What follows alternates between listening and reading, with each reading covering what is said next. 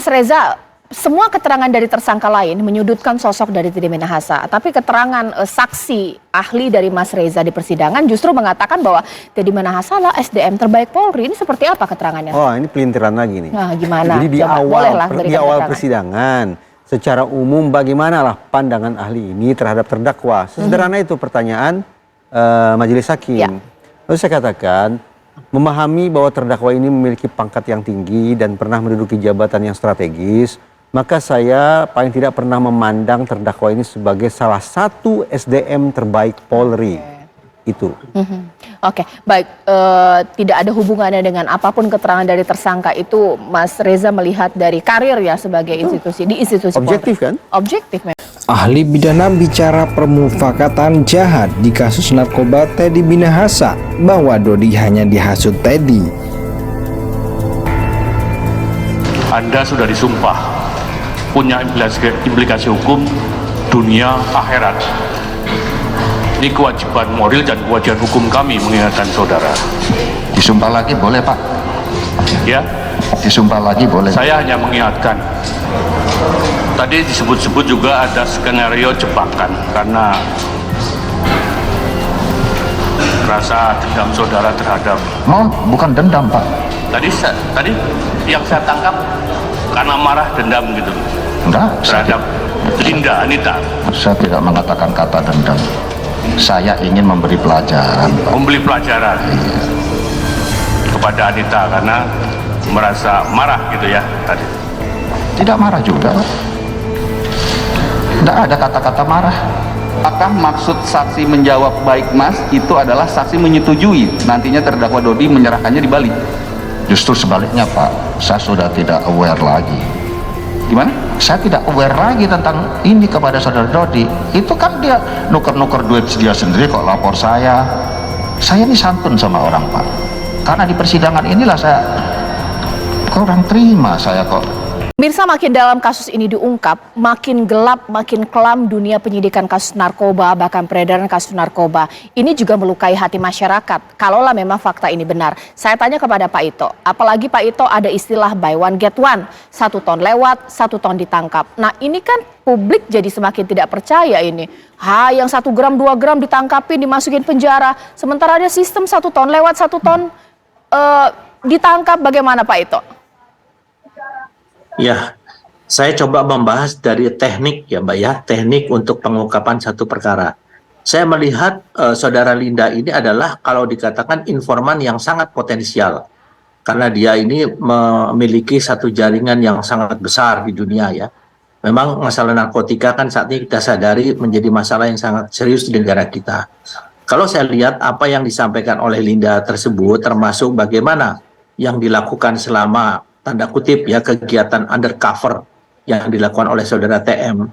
Ini saya mengingat untuk mungkin kasus film ya, film Serpico, di mana seorang anggota polisi itu menyaru sampai betul-betul akhirnya yang bersangkutan terpengaruh ya, dan risikonya memang sangat besar.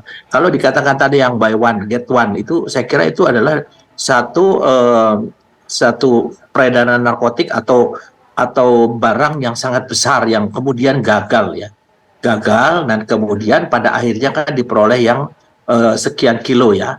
Kemudian kalau saya melihat setelah pelaksanaan operasi itu yang berhasil sukses ya, pada 50 kilo itu kan dalam jumlah yang sangat besar, kemudian terjadi satu perbuatan yang saya tidak tahu secara pasti apa alasannya untuk menyisihkan. Kalau menyisihkan untuk kepentingan alat bukti itu memang seharusnya demikian menurut aturan perundang-undangan. Tapi kalau untuk menyisihkan untuk kepentingan lain, apalagi sampai dijual, menurut saya itu sudah menyalahi aturan. Dan meskipun juga kemudian ada perintah untuk memusnahkan. Karena yang berhak memerintahkan memusnahkan adalah hakim setelah barang itu masuk ke dalam proses peradilan. Jadi hakim yang memerintahkan untuk memusnahkan. Jadi disinilah letak permasalahan yang perlu diungkap nanti dalam persidangan. Tetapi di sini tadi kalau masalah operasionalnya saya kira sudah berhasil kan mendapatkan hasil yang sebesar 50 kg. Nah, dalam konteks Ibu Linda ini yang kami lihat begini, di satu sisi terlepas nanti pembuktian tersendiri soal istri Siri tadi, tetapi kalau Teddy ini mau menjebak Ibu Linda, ini aneh. Buat saya aneh. Anehnya Yang kenapa kedua, Pak Beni? ya anehnya begini. Sering Pak Teddy mengatakan undercover buy. Itu diatur di undang-undang. Ya, jadi pembelian terselubung, bukan penjualan terselubung. Jadi kita untuk mengetahui satu sindikat, kita menyamar, membeli, kemudian nanti setelah tahu jaringannya baru ditangkap semua. Dan ini harus ada surat perintahnya. Biasanya dia mengusulkan Wakapolres dan dia mengatakan bahwasanya Wakapolres ini tegak lurus dan dia tahu yang 5 kg. Mohon jaksa penuntut umum jangan melintir, Pak. Nggak ada kata-kata kilo di situ, Pak. Yang 5 Dia itu. tahu yang 5. Iya, demikian, Pak. Ada WA itu masuk ke saudara? Ada, tapi nggak pakai kilo. Oke. Kemudian saya coba untuk mengajak lagi saudara tadi di awal, saudara membenarkan pernah mengirimkan kontak nomor terdakwa Linda kepada terdakwa Dodi? Betul. Oke, pertanyaan saya begini, saudara simpan atas nama siapa sih di kontak HP saudara saksi atas nama terdakwa Linda? Saya taunya bernama Anita. Anita siapa yang saudara simpan? Cepu itu informan. Oke, sebentar. Kenapa saudara simpan namanya Anita Cepu, bukan atas nama terdakwa Linda? Ya, saya taunya namanya Anita, Pak. Apakah Cepu merupakan nama belakang daripada terdakwa Linda Pujiastuti? Itu subjektif sekali. Saya bertanya kan? Saya mau memberi nama Imron atau Yoyan kan boleh-boleh saja, Pak. Cepu itu istilah kita informan, Pak. Kok ditanya mengapa? Kan suka-suka saya memberi nama itu Julfikar. Terdakwa jawab. Jadi yang tenang sebentar. Sudah dijawab tadi. Jawab yang tenang. Kalau dituduhkan narkoba yang disita di Polda Metro Jaya, induknya berasal dari Bukit Tinggi. Semula 40 kg, 5 kilo disimpan oleh jaksa untuk jadi barang bukti, 35 dimusnahkan, tapi dituduh 35 ini 5 kilo ditukar dengan tawas, 5 kilo dibawa ke Jakarta. Artinya induknya sama, narkobanya sama waktu menjadi 40 kg.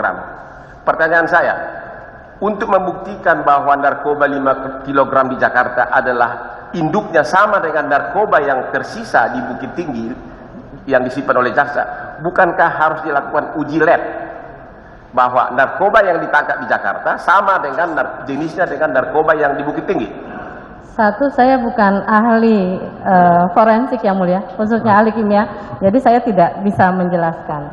Tetapi intinya hukum pidana tidak bisa pakai kira-kira, harus by evidence. Tidak bisa kira-kira, artinya untuk mengatakan bahwa narkoba di Jakarta berasal dari narkoba di Bukit Tinggi harus ada penelitian ilmiah atau lab. Itu kan namanya nggak boleh kira-kira. Ya, saya mengatakan tadi harus ada buktinya. Harus ada buktinya. Sepengetahuan Ibu sebagai ahli hukum pidana, untuk menentukan narkoba di Jakarta sama dengan narkoba di Bukit Tinggi, kira-kira buktinya apa? Bukankah uji lab adalah yang sangat saintifik dan semua orang tahu?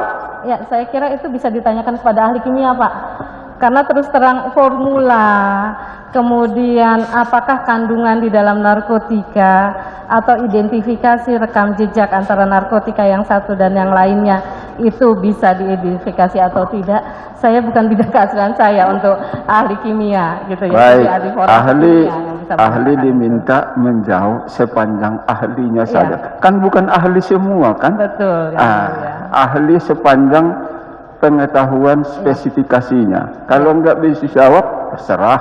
Kalau bisa jawab. Betul. Namanya juga ahli. Iya Bu ya? Baik, lanjutkan pertanyaan.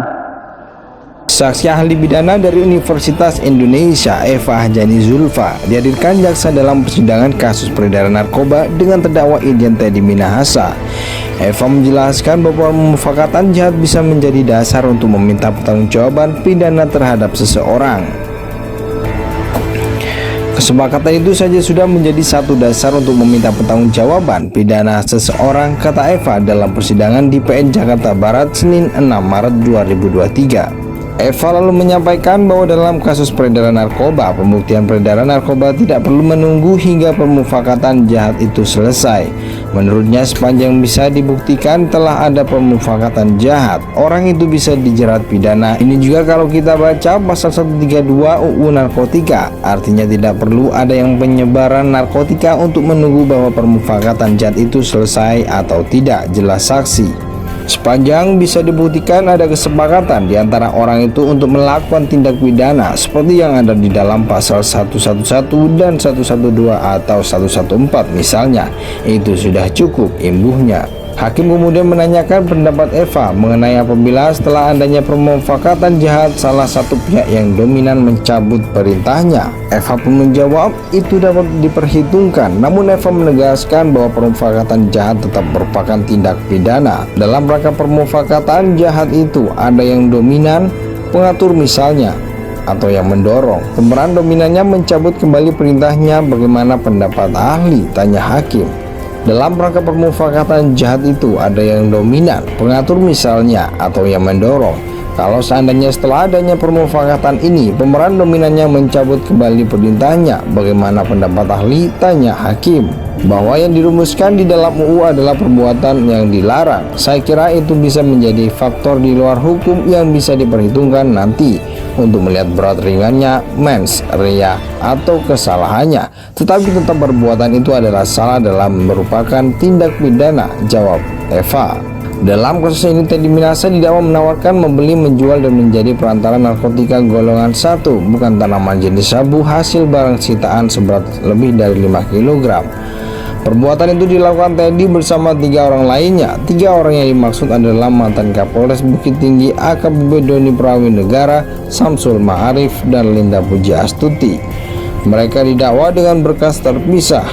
Teddy didakwa pasal 114 ayat 2 subsidiar, pasal 112 ayat 2 junto pasal 55 Undang-Undang Republik Indonesia Nomor 35 Tahun 2009 tentang narkotika.